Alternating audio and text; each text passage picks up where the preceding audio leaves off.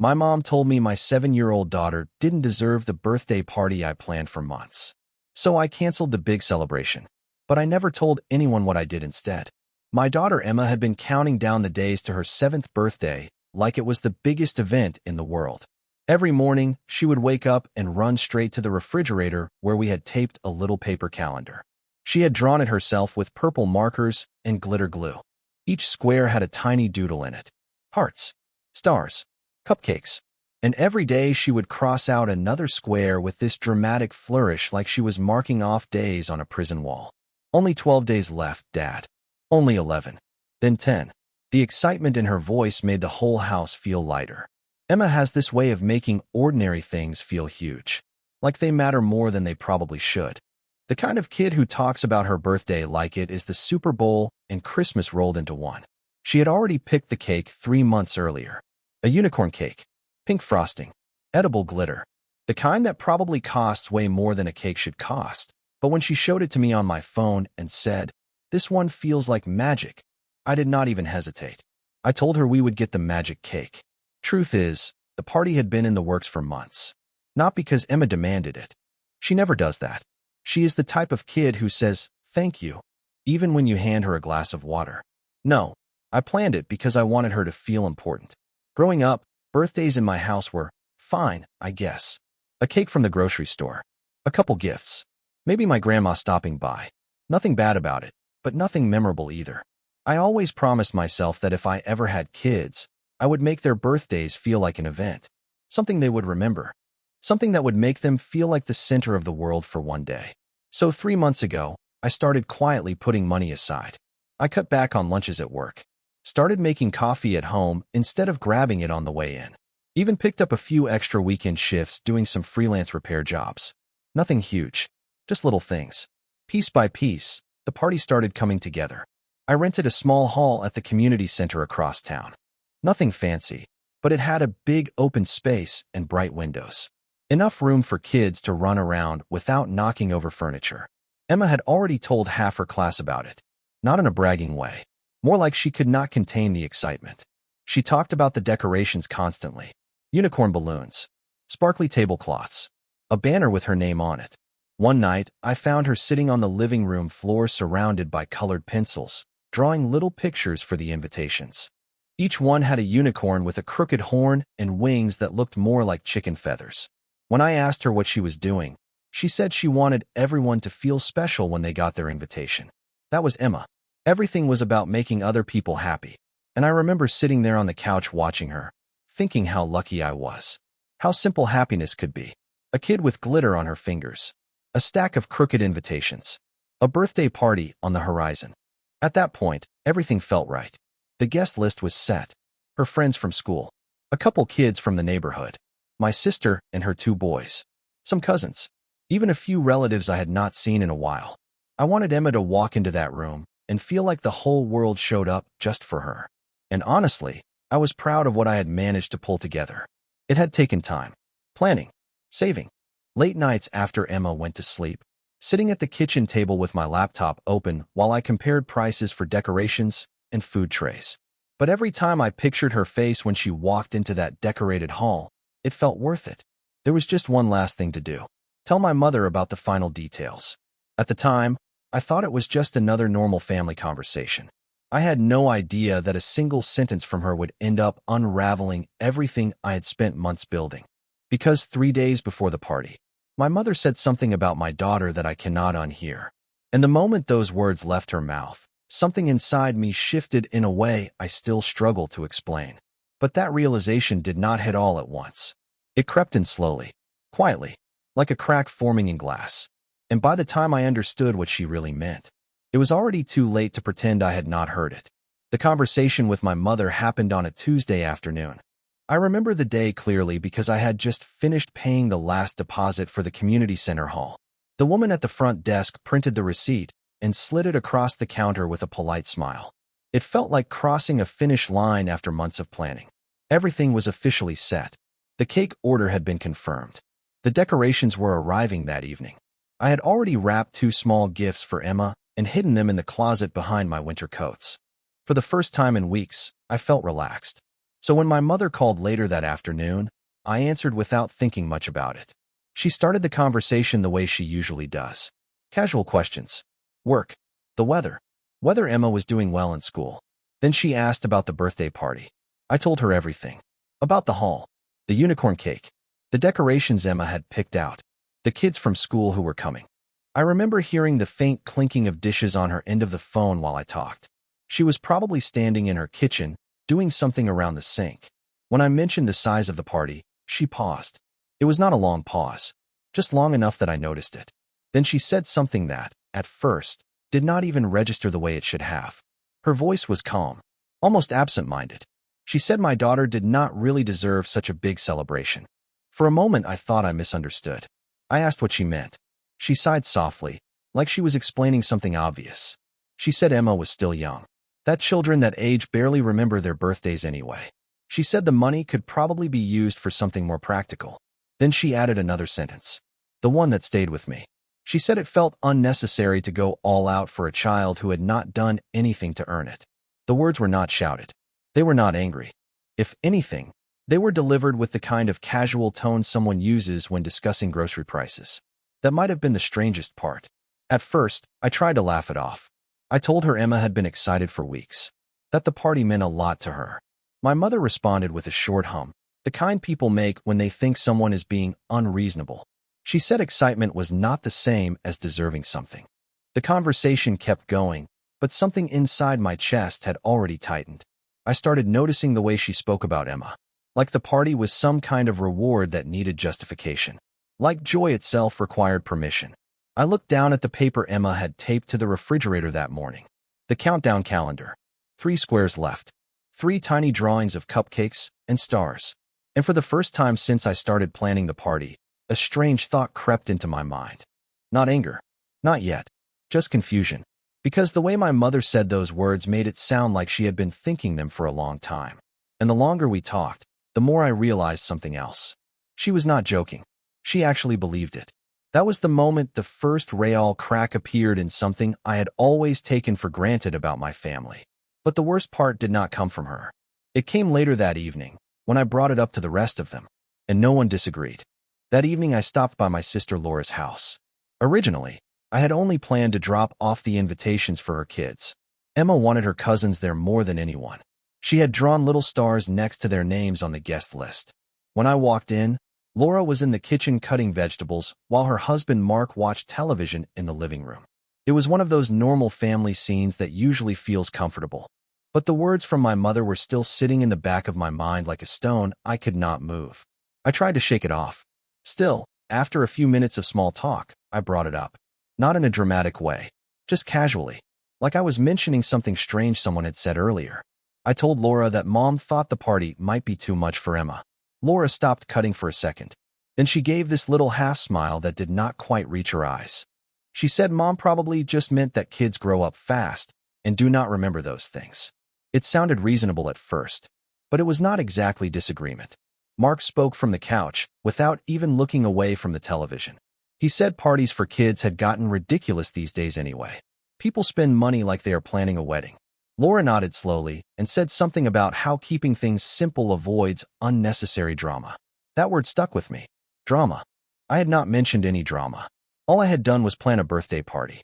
I tried to explain that Emma had been excited about it for weeks. That she talked about the decorations every morning. That she had drawn invitations herself. Laura wiped her hands on a towel and leaned against the counter. She said something that sounded supportive at first. She told me I was a good father for wanting to do something special. But then she added that sometimes it is easier to scale things back before people start making it into a big deal. Again, that word. Easier. I looked around the room, waiting for someone to say the obvious thing. That a child's birthday is supposed to be special. That a 7-year-old does not need to earn happiness. But nobody said that. Mark just shrugged and said kids are happy with pizza and a cake. Laura said family gatherings work better when everyone keeps expectations low. The conversation moved on after that.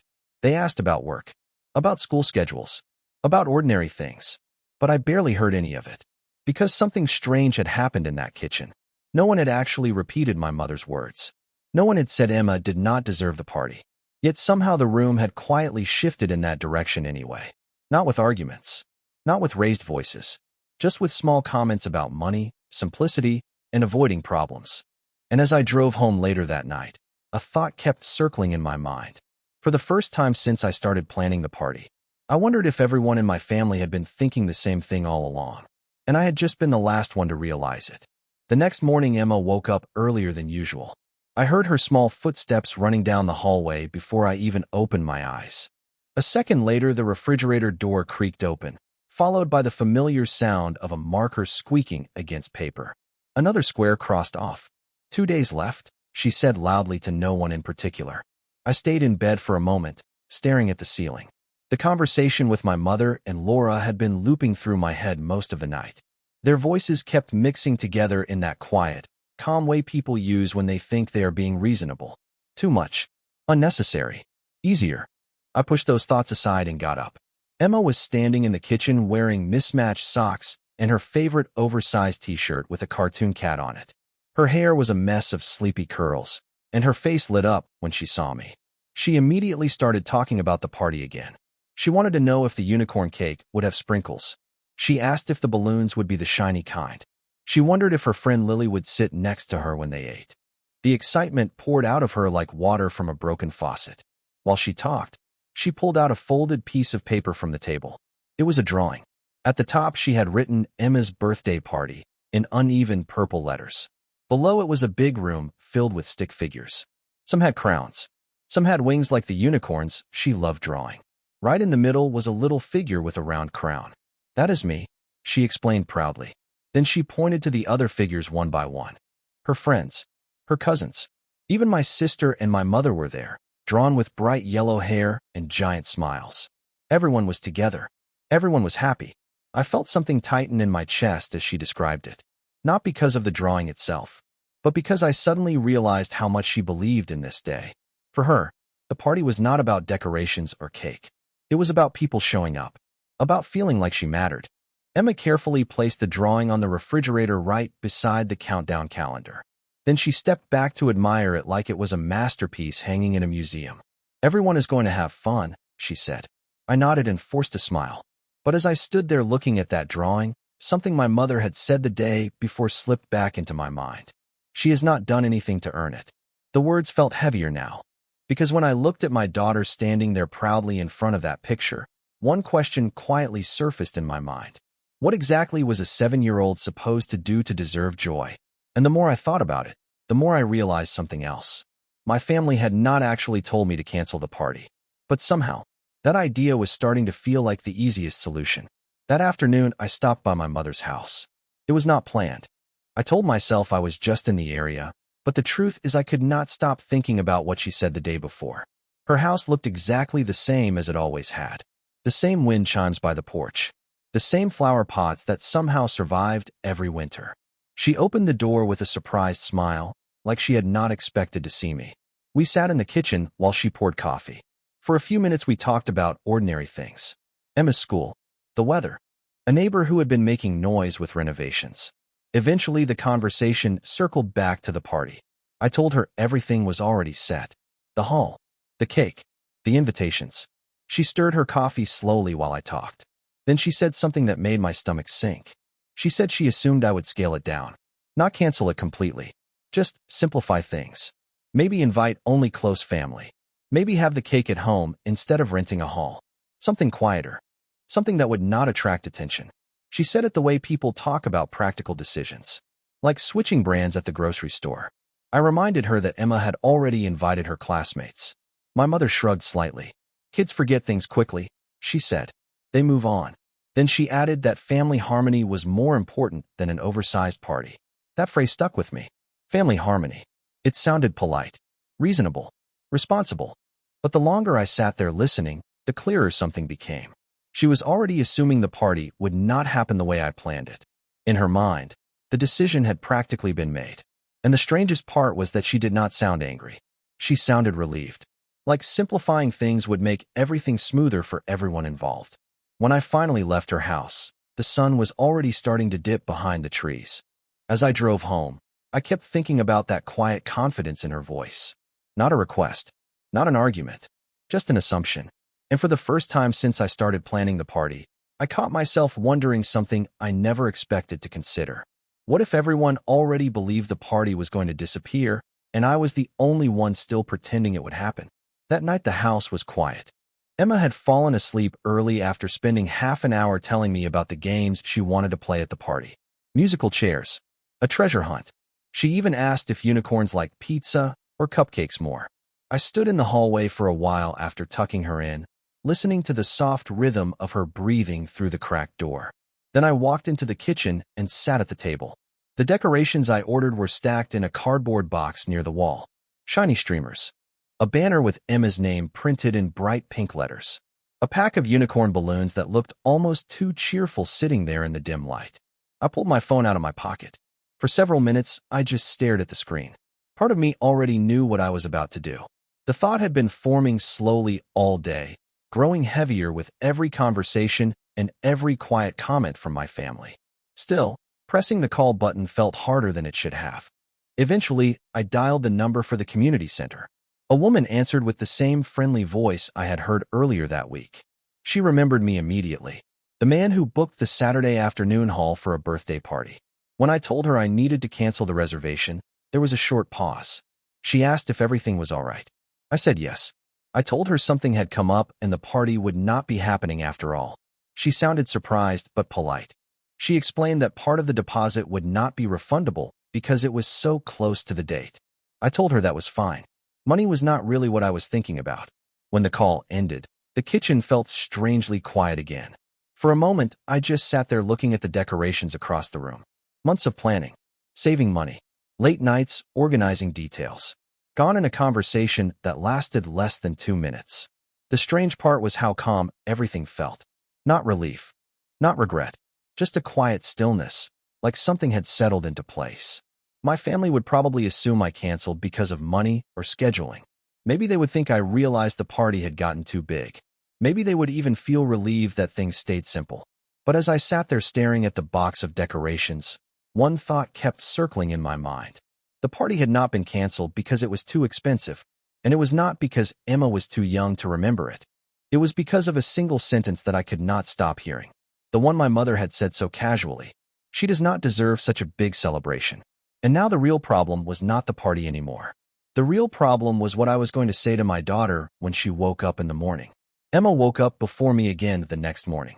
I heard the familiar footsteps in the hallway, then the squeak of the refrigerator door. For a second I forgot everything. Then I remembered.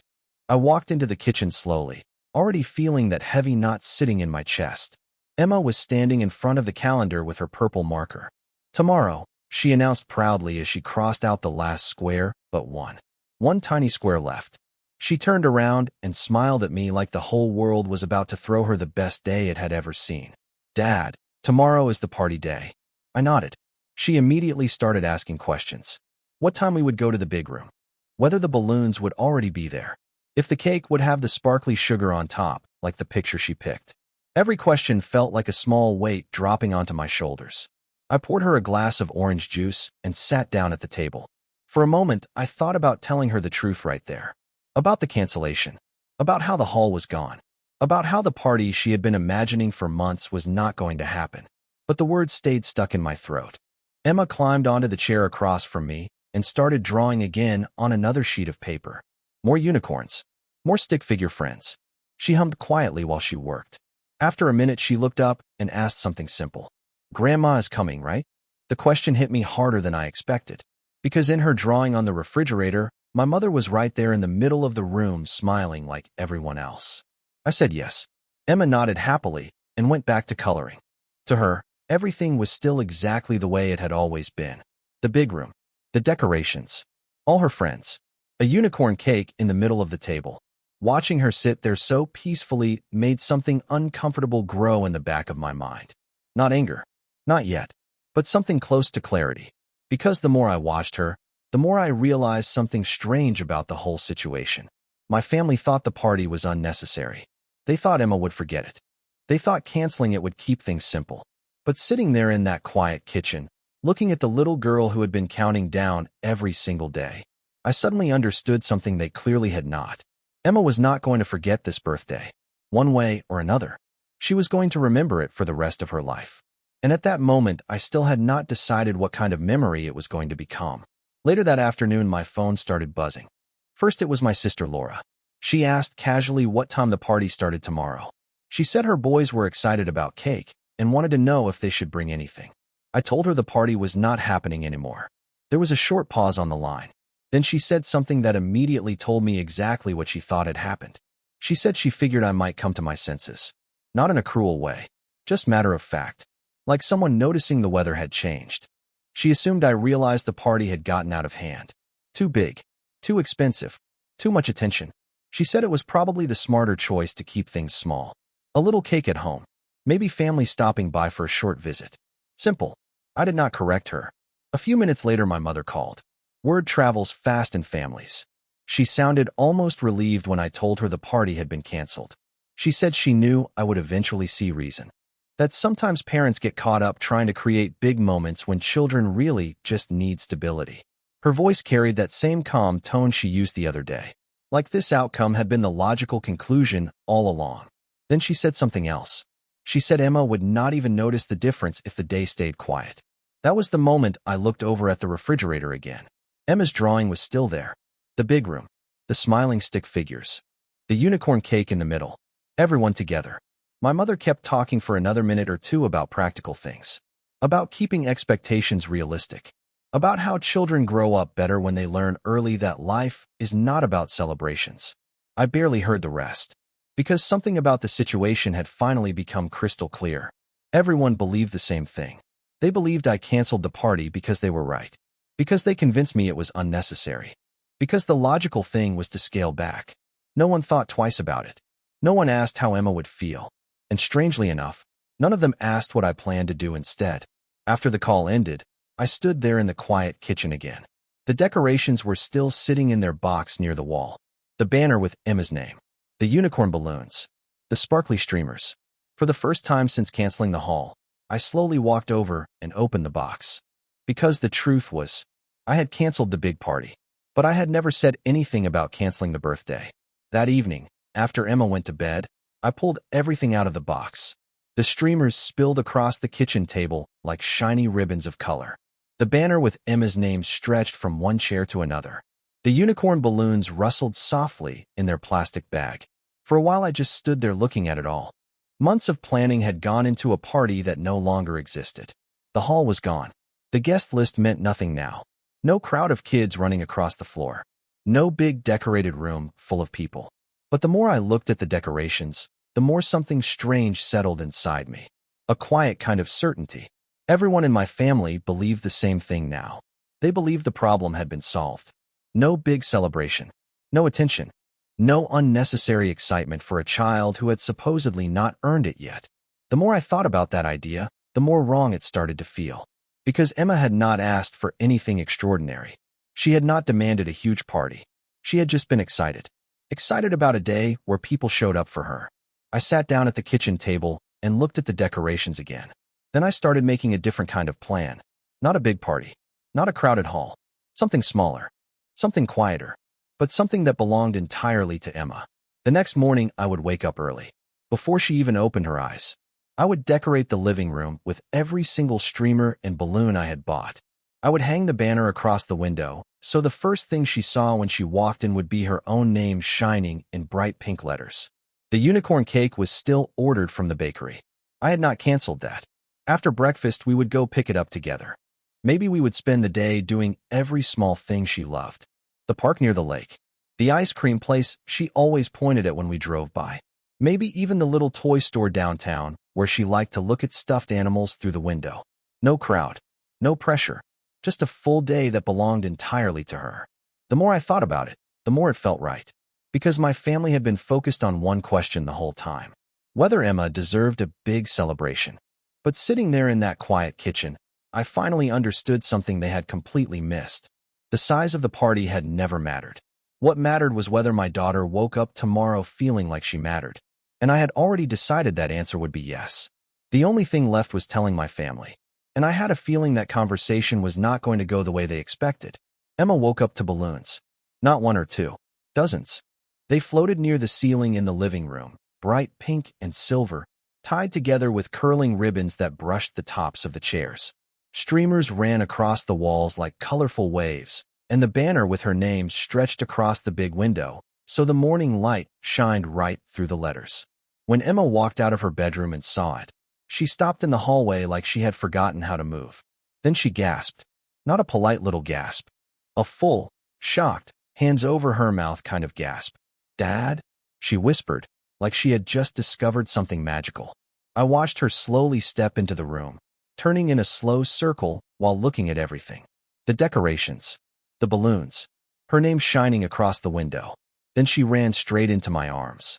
For the next hour she bounced around the house like a spark. We made pancakes together, and she insisted every balloon needed a name.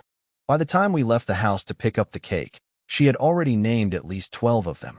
At the bakery, when the woman brought out the unicorn cake with its pink frosting and glittery sugar, Emma stared at it like it was the most beautiful thing she had ever seen.